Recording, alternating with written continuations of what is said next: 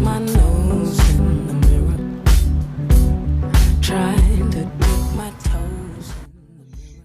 Hi, I'm Bianca.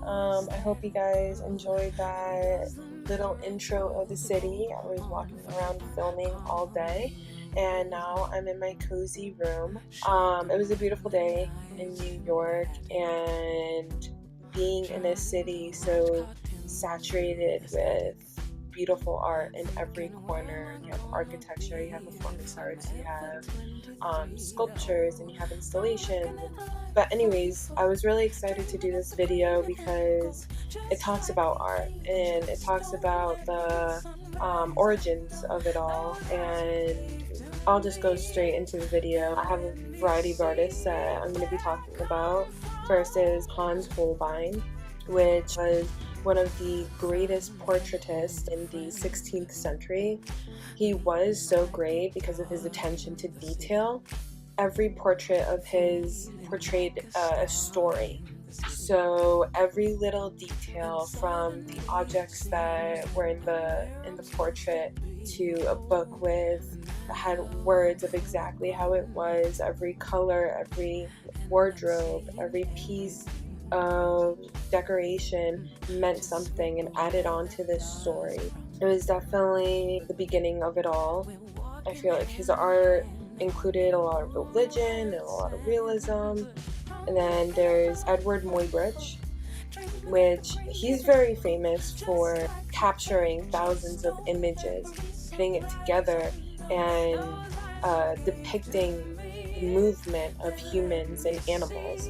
So I got to a point where science would actually use this to their advantage to research on movement, not only for animals but for humans too.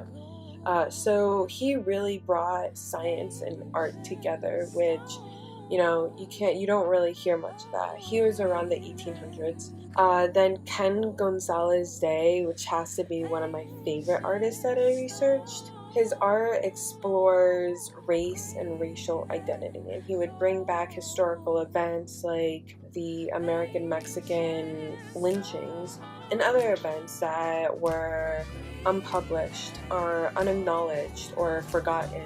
His work definitely brought up a lot of controversy in his years and continues to do so, but he also won the Creative Capital Award, so he must be doing something right. And Jenny Holzer. Jenny Holzer is an artist that's definitely well known here in New York. Her art is everywhere. She has pieces in MoMA, which is a huge accomplishment for an artist to have their artwork presented in MoMA, Museum of Modern Art. She's a conceptual artist. Her art is text-based. So one of her famous quotes are, "Abuse of power comes as no surprise," or "I only know you at the edges." Those are two huge quotes that she has around the world. She actually does her work in Brooklyn and somewhere in upstate.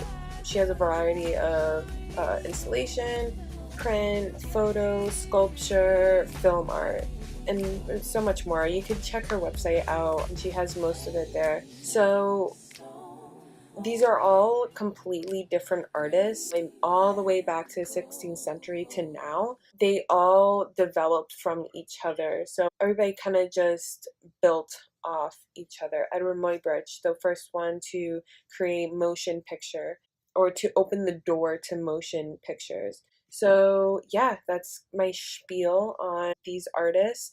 There's so much more that I have to learn about them, but I'm really excited, and thank you very much.